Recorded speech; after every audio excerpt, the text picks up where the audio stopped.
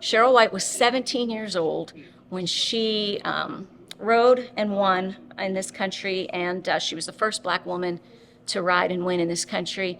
Cheryl White won that race that day on a horse that was trained and owned by her father, Raymond White, who had a long-standing breeding presence in Ohio. And the horse was bred by her mother. So in her early races, depending on the day, you may see her in her mother's silks or you may see her in her father's silks. But when she won in her dad's silks. And she would go on to continue to ride for 20 years.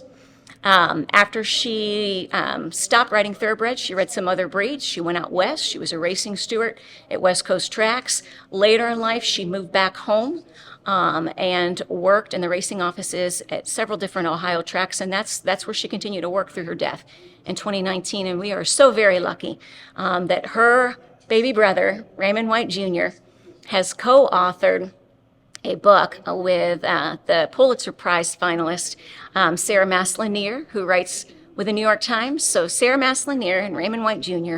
have written this amazing story for kids called The Jockey and Her Horse.